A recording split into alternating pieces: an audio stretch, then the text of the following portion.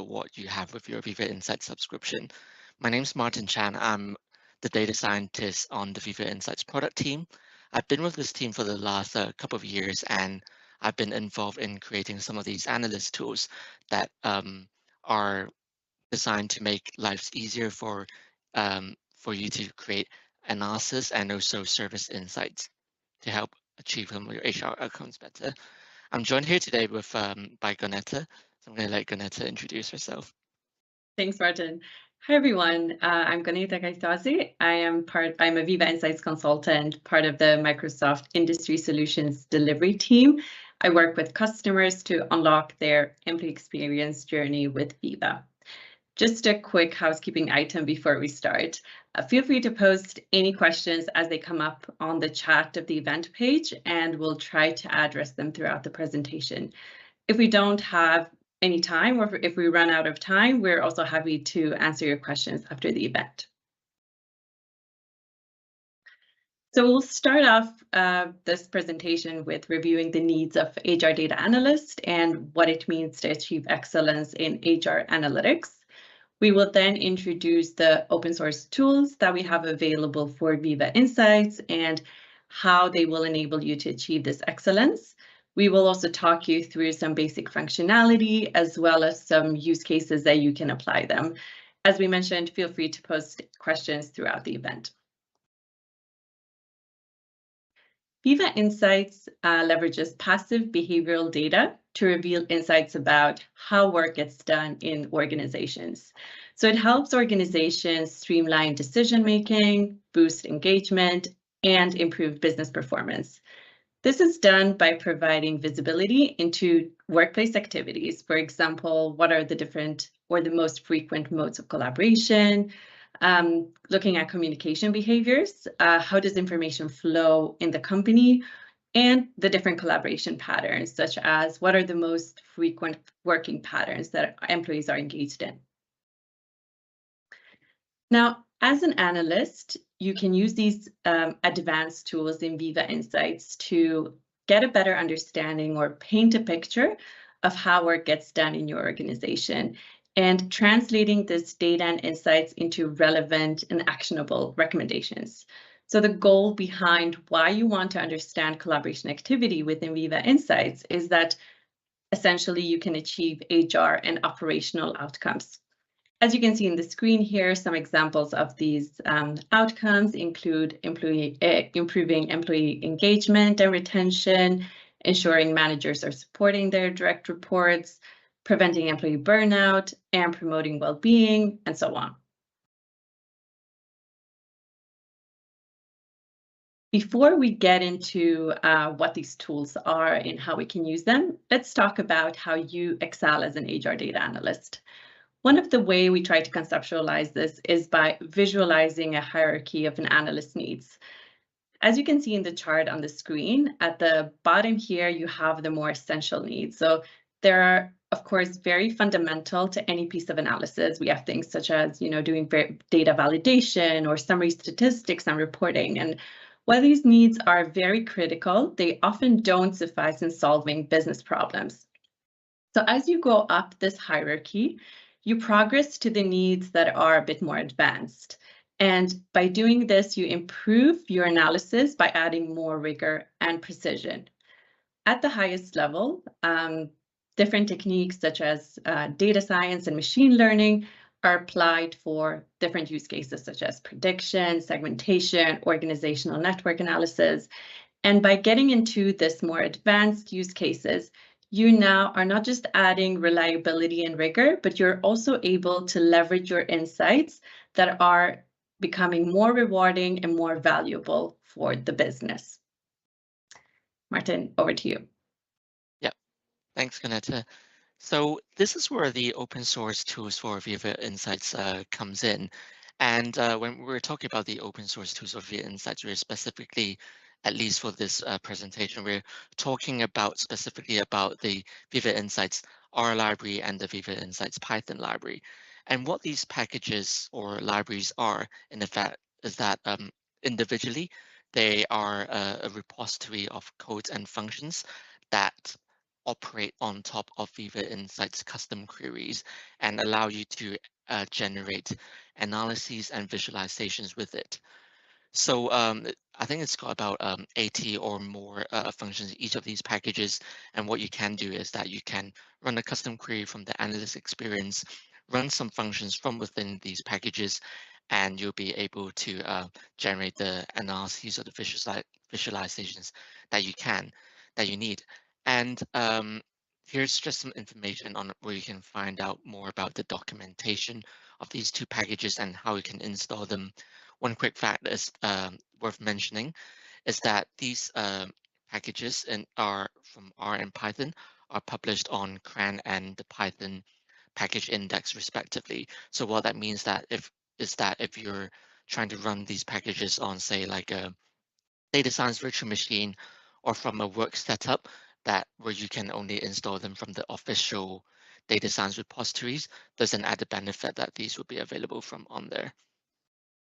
So if we move on to the next slide, we'll just talk more about what these packages are. So if you recall what Goneta showed earlier on about the hierarchy of needs for analysts and how most analysts achieve the essentials, but if you want to excel or to produce analysis that's a bit more tailored or allows you to target more specific interventions, you would have more advanced needs, right? So what these packages enable you as an analyst to do is to not only cover the essentials functionalities, but some of the advanced functionalities. And this page where you are seeing here on the screen are some examples of the functionalities that we have in the packages. So we start off on the left-hand side with the essentials features. We've got the first thing that you see here is data import and export, which might sound very basic. But what it does is that it enables you to take in and clean a query output from Viva Insights as a CSV file and export them in the wide range of formats that you require.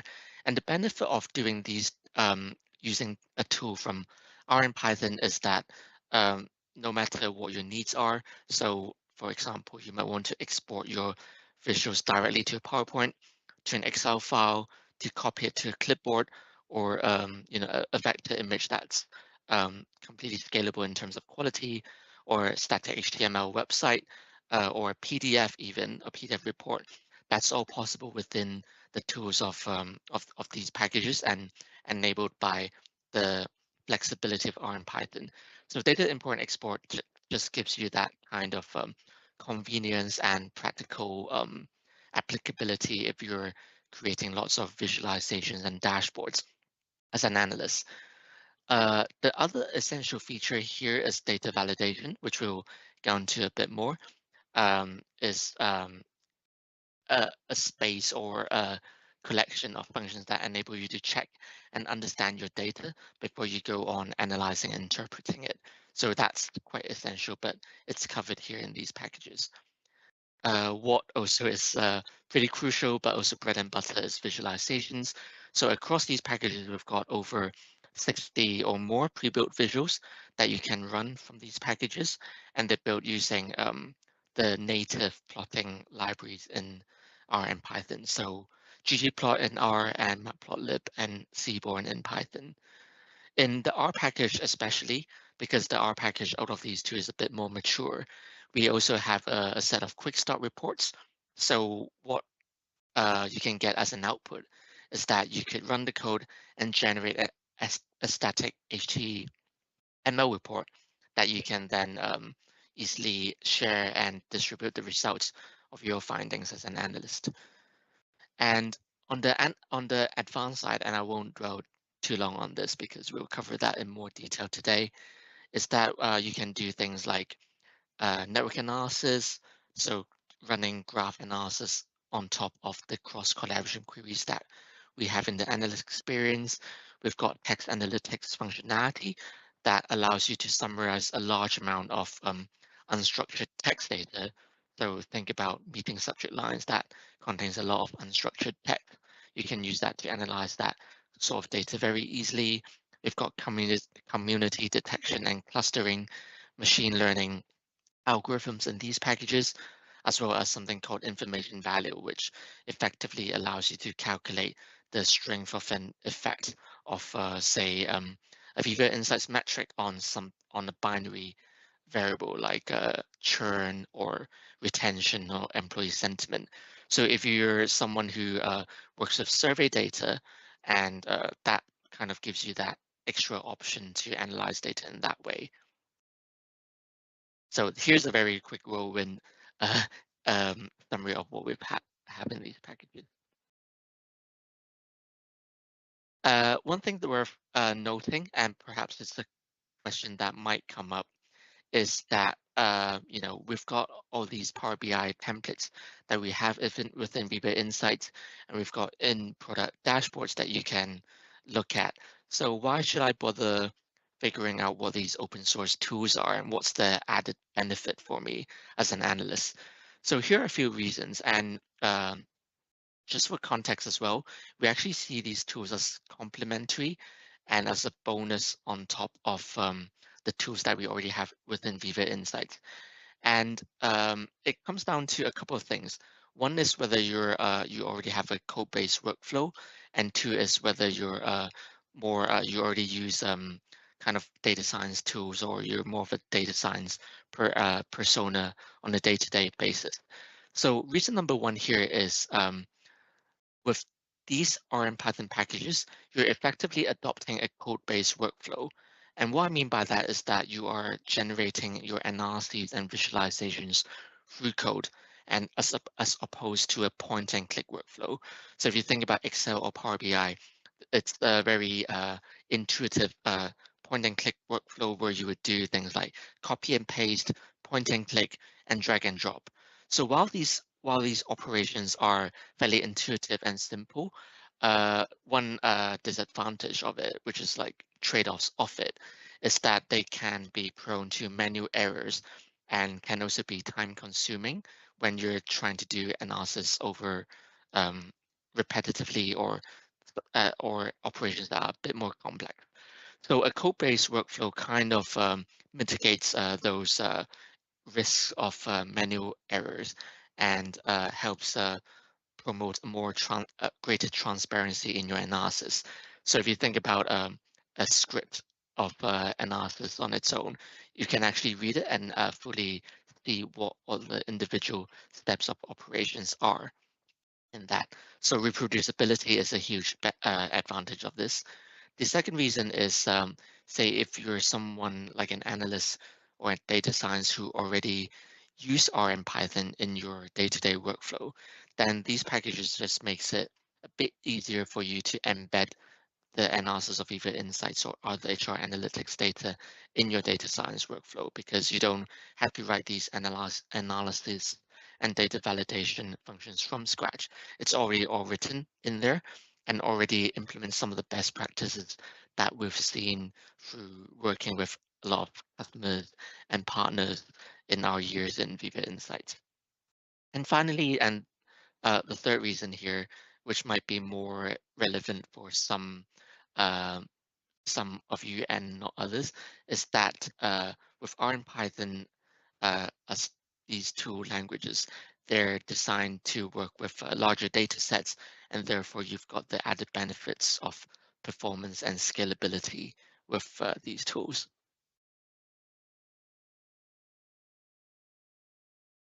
Okay, so if you do choose to try out these tools, here's a three-step process on how the packages actually work. So step one here is you would log into the Viva Insights portal and run a query in the analyst experience. And it doesn't actually matter which query specifically you run, because the packages themselves would be able to import them as a CSV file. So you would load up R or Python depending on what is your uh, language of choice or package of choice. And both packages come with a function to import the CSV file that you've downloaded from the analyst experience. And then it's just one more line of code or a couple of more lines depending on what the complexity of your analysis. You can then create a visualization or an analysis directly from that interface.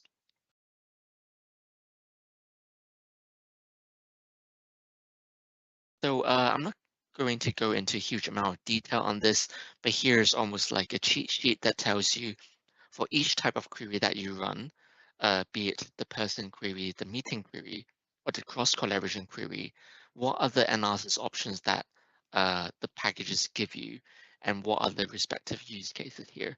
So if I take an example with the person query, because the query comes at a level where each person week is a unique row, that allows you to do things like survey correlations. You can do exploratory data analysis quite easily. You can do time series as well quite easily, and understand how the population is changing over time.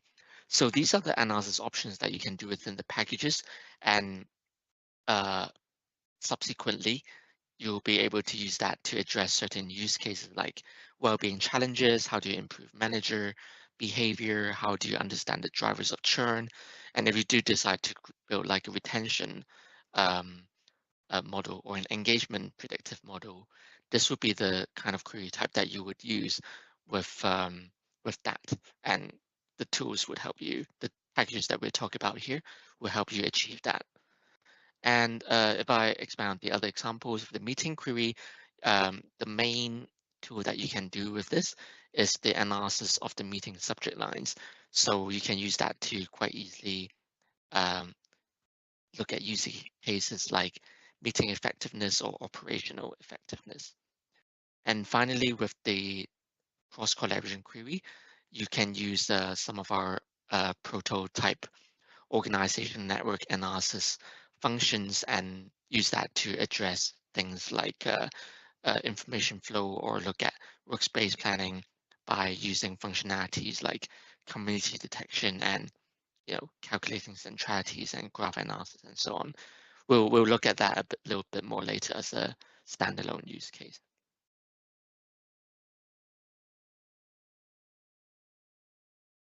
Okay, so what we've got here is an example of how you can generate a network visualization using the R library. What you see here is in R Studio, how we've loaded the package, loaded the query, and also using one line of code, generate a network visualization like what you see on the screen here. And on the next screen, we've got the same demo experience of what it looks like in Python. And this is done using a Visual Studio Code example and done inside a Jupyter notebook. So if you're someone who already uses these tools already, you see that actually it just makes it a bit more easy to generate a visualization like this. Just a couple of lines of code, load the package, load the query, load the data, load the query, and then you can generate visualization by providing the respective parameters. Cool. So the next step here is we've looked at why it's important, why you might find these packages useful, what some of the use cases. Here we dig into some of these specific scenarios on how you can apply these packages. The first use case that we're going to look at is data validation. And the key to data validation of why it's important is because especially with behavioral data as well, getting a good understanding of the structure and the nature of data is critical on how you interpret it and how you infer your conclusions from it, because the conclusions that you infer from the data directly impacts on what your interventions and your HR strategy might be. Yeah, so when I'm working with customers, before we start any sort of data analysis, I always suggest starting with data checks or data validation. And exactly like you said, Martin, it's super critical to do this beforehand because you want to understand what data you're working with and what quality that data has. So some of the reasons why you might want to do this, specifically with the Viva Insights data, is that we're looking at employee data at, for example, we might have specific weeks where employees might not be very present because of public holidays or because they're on vacation. So it's really important to try to identify when those weeks are within your data sets so that you're not skewing your overall collaboration activity. Similarly, you might have individuals in your company who might be more like frontline workers or just people who don't really have so much exposure to collaboration within Outlooks or Teams. So in that case, they would be considered as non-knowledge workers or individuals that don't have a lot of collaboration activity. In this case, you might also want to exclude those individuals from your analysis. Yep. So in terms of the functions that's available under this use case, we've got you can see on the bottom left here a number of functions that allow you to check for outliers, maybe in the public holiday weeks or inactive weeks for individual people when they might be off for, say, annual leave. You could also check for individuals who might not necessarily be your typical information worker that you would like to exclude because the collaboration signals are incomplete, as well as things like unusual org data or tenure that you could have uploaded into your data. So in the middle here, you can see some example code on how you can load a package and run a function that identifies an outlier by providing parameters like what's a grouping variable and what's the metric that you want to check for the outliers.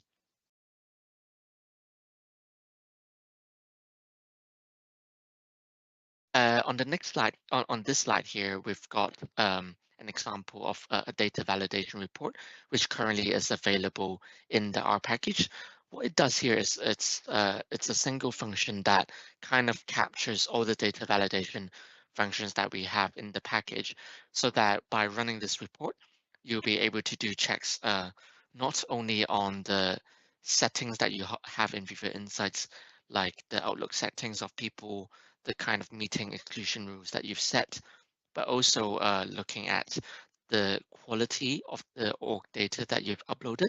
For instance, whether they are too granular or not granular enough, or look at things like whether how employees are distributed in the key organization attributes, whether there might be missing values that or white spaces in the org values that you might want to look at or improve in the next iteration of the org data upload. And also as well, the quality of the M365 data, which might refer to things like, like underlying issues on how you've licensed the individuals, or maybe if there might be company-wide holiday weeks that you've neglected, whether there might be um, say differences in how people take weekends, maybe across different geographical regions and so forth. So just highlight some of those details to you before you start off on a piece of analysis. And here's just some examples on what the visualizations look at from this use case. On the left here, you've got holiday weeks, where the general population outlier in the holiday weeks is highlighted. So here we're looking at, I think, in actually the month of Christmas that coincidentally is where we are right now. And also we also have on the right hand side the distribution of individuals across organizations. Here's another interesting one that's we've got in the data validation functions that allows you to look at the start date and the end date of the data period that you're analyzing and see how individuals have moved across organizations because of that. So if you do have certain, say, licensing, I guess, approaches where, say, if you relicensed an individual to another team, then some of those anomalies would be caught out in this kind of like data validation checks, which would be helpful for your analysis. So the next use case that we've got here, which also seems like a logical next step after data validation, is exploratory data analysis. And the motivation behind doing that is kind of stems from necessity, right? But also it's around the perennial question of analysis, which is you don't really know what you don't know, and it's really difficult or challenging to start a piece of analysis if you don't have those initial hypotheses that you want to check for. So exploratory data analysis is about highlighting and servicing some of those initial hypotheses around the data set and doing that in the way that's both comprehensive and quick so that it just saves time in your whole analysis cycle. Yeah, and some examples of when you might be using this type of analysis or these functions that we have available in these tools is, for example, if you're trying to understand your summary statistics, such as what are some of the most frequent meeting durations, or what is the average collaboration hours, or even if you're trying to understand variations between these metrics within the different organizational attributes that you have available, such as the variations within location, organization, or level designation. You can also use it basically to set your internal benchmarks on the different metrics, especially if you're starting off and you don't really have a grasp of kind of what good looks like, then this might be a good starting point. With many of my customers, we also leverage exploratory data analysis and the different functions that we have available to basically measure the impact of different initiatives. If they're launching, for example, an initiative that has to do with improving employee well-being, then you might want to look at the before and after behavior. So you can pick the different metrics that you feel are relevant to your analysis. And in the case of well-being, we have several available, such as the overall collaboration hours and their impact on after hours, or looking at the collaboration span, the working patterns. Are employees taking enough breaks during the day? Do they have focus time to get things done, etc.? And this, then being able to see this before and after will help them answer some of the insights to whether, as you know, these initiatives that they have launched, was it successful? Do they need to maybe change something else? So the two flagship functions that we have under this category here is one is called create rank and the other is called key metric scan. And I guess to put that in a nutshell is that one does the exploratory analysis across a metric and the other does it across a group.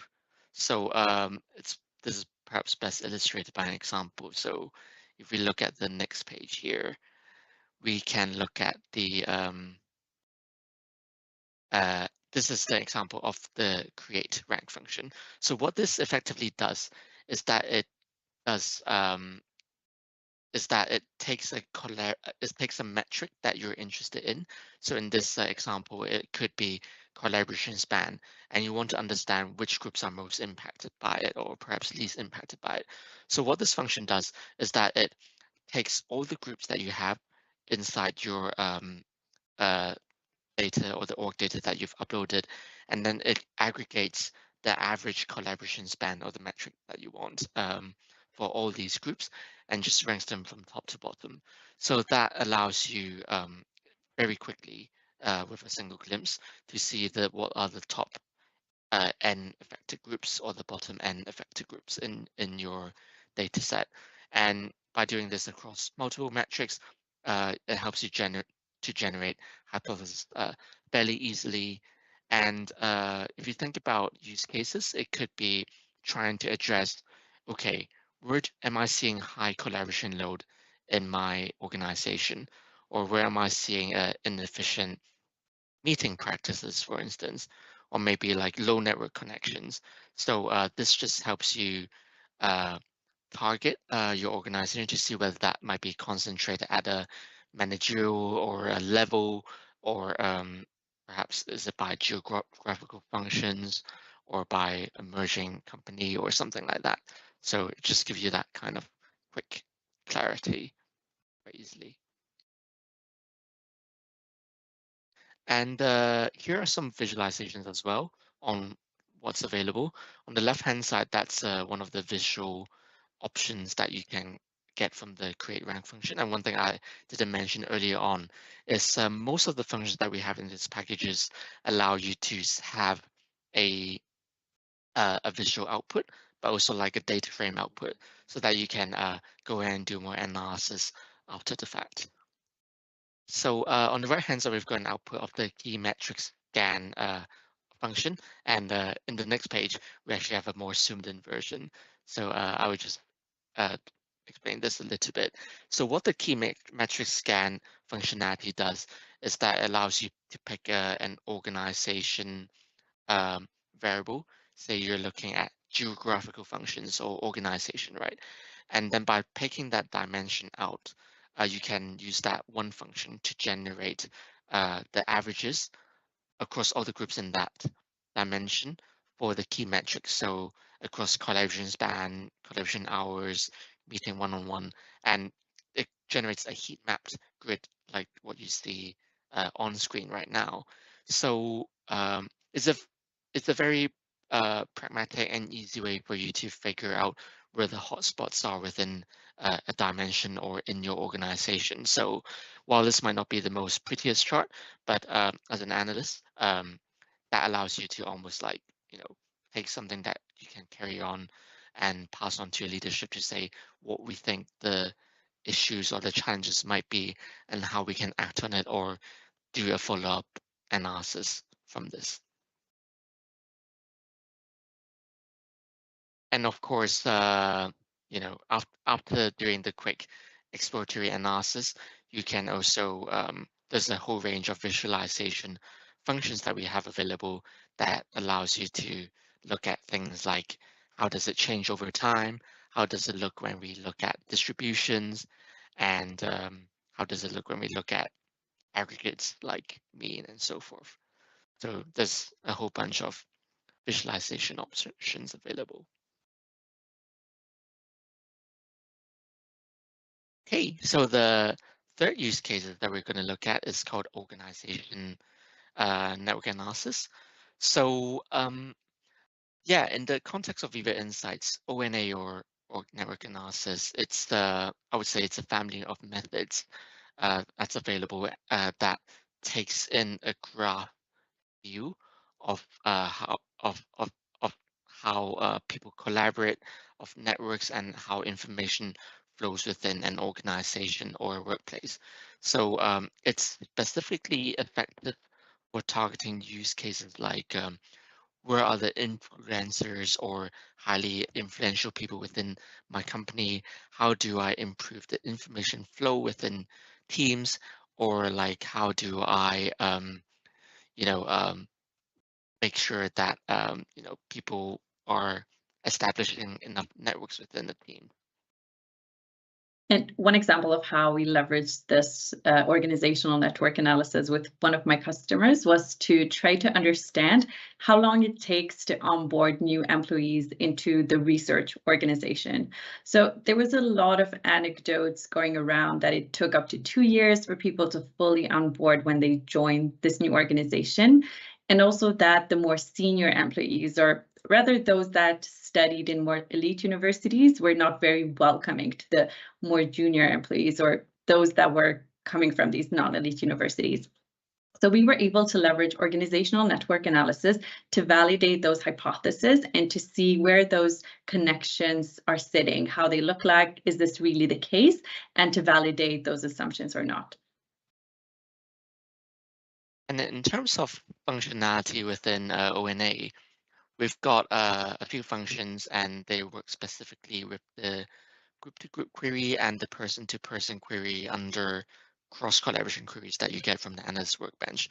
One thing to mention, though, is that when we've built this out as a functionality within the packages, they were designed almost as a incubation or experimental tools where people could, where analysts could use them to start doing their own ONA. So it's just to say that, they're experimental, and also they've been, that because they are part of a co-innovation and open source effort, they've been used to inform some of the product features that we're releasing in the product uh, in due course. So with those ONA features that you get in product, they will be a lot more I guess, easy, because you'll be able to do them straight from the product itself. But what you have here in the R and Python packages is that they are a bit more flexible if you already use R and Python, and you've got the extensibility to use the other packages with this. And they're, yeah. So just bearing in mind that you've got the different options. So yeah, so with the ONA features, there's a couple of things that you can do, and this is a vast subject. So one thing that you can do is to visualize networks. You can look at how the nodes, how people have ties with each other. On the left-hand side here, you see a person-to-person network. So each of those nodes or vertices or the two dots that you see there are individual people, and you can see with the links between them, they represent meaningful ties between them. So you can use that as a way to see how collaboration happens within your organization. And another huge use case here is that you can actually perform clustering on top of a graph to see how the groups organically collaborate or cluster together, which could be good for, say, restructuring teams, or say workspace planning. That could be another use case. So what you see here on the right hand side, it's one of the visual outputs from a community detection calculation. So this is a Sankey chart that tells you how, on the left hand side, which represents um, the default organization structure, like who's in finance, who's in IT, who's in marketing, and so on. And on the right-hand side, it just shows you how they organically cluster into groups that's latent or almost hidden or embedded in the data. So it tells you, maybe which groups probably should sit together because they collaborate more with each other. And in this chart here, we've got a group-to-group network chart, which helps you mostly identify um, the any silos within your organization. Say there might be a regional office that doesn't really talk to other regional offices, and should that be improved? Or maybe if you're expecting engineering to talk a lot more with, say, marketing, and you're not seeing one of those ties, this is something that you could work a bit more on. So it gives you kind of those hypotheses to work on. And quickly expanding on this is that you can use this to generate, say, an interaction matrix that helps you dig into the data, or perform further analysis, say, with the network output that you can generate from this. And yeah, and one thing to, yeah, we can stay on this slide, but one thing that you can also do is you can do centrality calculations to see which people or which groups are more central to the network. So that's ONA covered. So the last use case that we want to cover here is text analytics. So text analytics, as we've mentioned a bit earlier on, it's an approach that tries to bring structure to unstructured data.